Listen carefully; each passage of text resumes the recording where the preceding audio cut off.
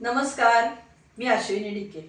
आज अश्विनी स्वादिष्ट किचनमध्ये आपण अतिशय कुरकुरीत टेस्टी असा एक रेसिपीचा प्रकार बघणार आहोत। आज आपण कॉर्नची भजी किंवा कॉर्नचे पकोडे करणार आहोत। पावसाचे दिवस आणि कॉर्न यांचं अगदी जवळचं नातं आहे, नाही का?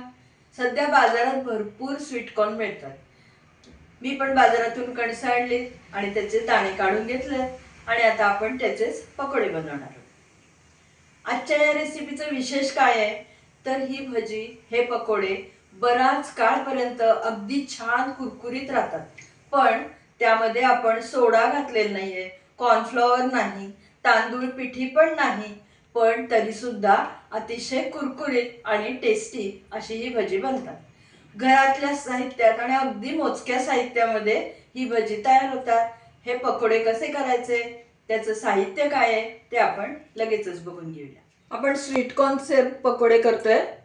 बाजारातून मी 2 स्वीट कॉर्नची म्हणजे कणसं आणली, ती निवडली म्हणजे स्वच्छ केली आणि त्यातले दाणे काढून घेतलेले आहेत।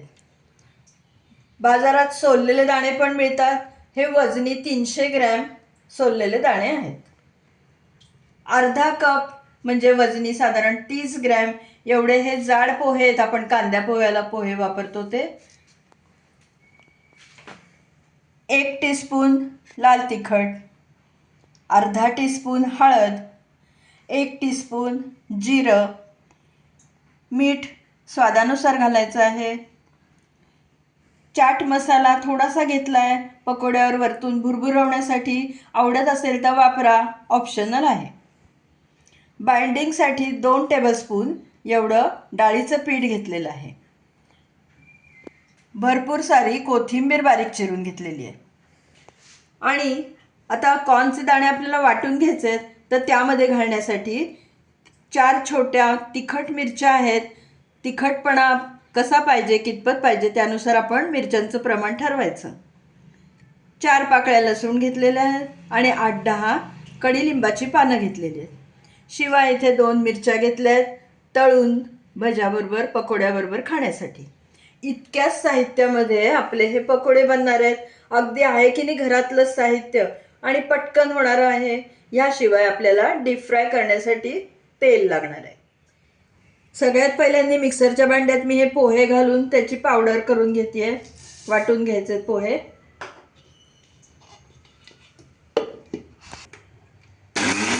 पोहे बारीक करून घेतलेले आहेत, पीठ काढून घेऊया।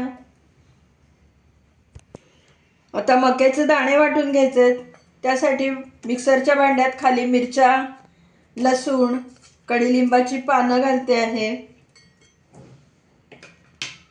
थोडंसं भरड करून घेते आणि नंतर आपण मक्याचे दाणे घालूया।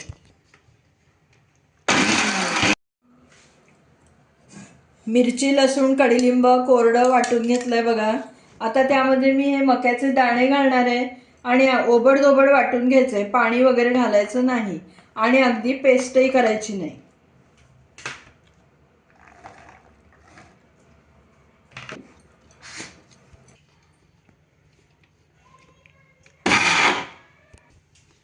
पल्स मोडवरती आपल्याला हे बारीक करायचं आहे, ओबडधोबड वाटायचंय। बघू शकता थोडे थोडे मक्याचे दाणे दिसत आहेत अर्धवट। आपण अगदी बारीक गुळगुळीत पेस्ट केलेली नाहीये। आता हे आपण पोहे बारीक करून घेतलेले त्यामध्ये घालतोय। साहित्य एक एक करून आता घालूया आपण। हळद, लाल तिखट, जिरं घालूया, मीठ स्वादानुसार घालायचं आहे आणि बाइंडिंगसाठी आपल्याला डाळीचं पीठ घालायचं आहे, बेसन पीठ। त्यामुळे अगदी 2 टेबलस्पून एवढं पीठ बास होईल। सगळं घातलेलं नाहीये, मिक्स करून बघूया। आपल्याला सैल वाटलं पीठ तर घालायचं, नाही तर नाही घालायचं। आता सगळं छान एकत्र मिक्स करून घेऊया।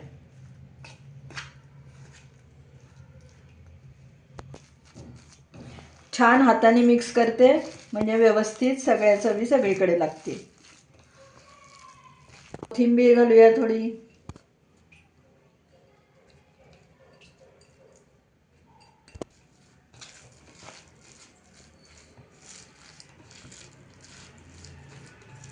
मिश्रण छान झालंय बघा. आपण पोह्याचं पीठ घातलंय त्यामुळे छान ते आळून आलेलं आहे.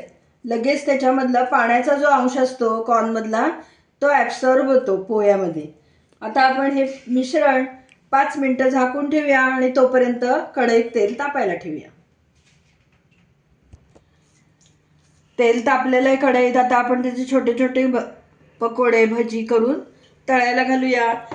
गॅस मीडियम ठेवायचा. तेल तापलं तरी बारीक गॅस करायचा नाही, म्हणजे ती छान भजी कुरकुरीत होतील. बारीक गॅसवर तळलं तर भजी लवकर मऊ पडतील.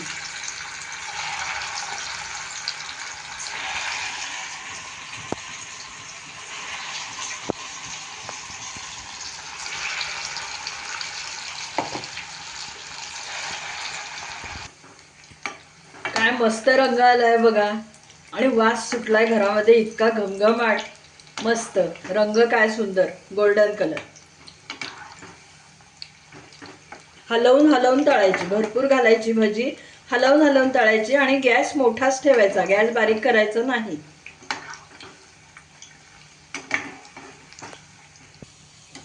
पकोडे तळून झाले छान. आता जाळीवर काढून घेऊया आपण.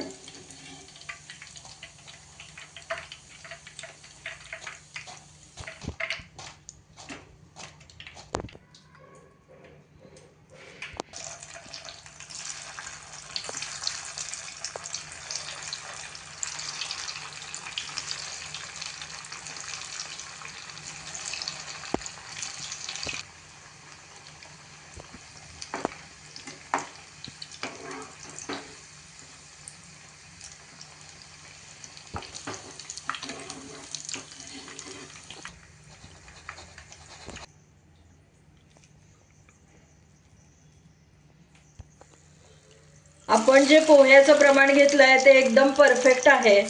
पोहे जर का जास्त झाले, पोह्याचं पीठ जर का मिश्रणात जास्त झालं तर मिश्रण जास्त कोरडं होईल आणि पकोडे भजी आपली आतमध्ये दडस होतील. छान कुरकुरीत खुसखुशीत होण्यासाठी आजचं प्रमाण आपलं एकदम परफेक्ट आहे. त्याच प्रमाणाने करा, म्हणजे तुमचेही पकोडे छान होतील. पकोड्याबरोबर खाण्यासाठी 2 मिरच्या पण मी इथे तळायला टाकतेय. त्या थोड्याशा मध्ये फाडून घेतल्या आहेत, नाही तर मग मिरच्या उडतात गरम तेलामध्ये.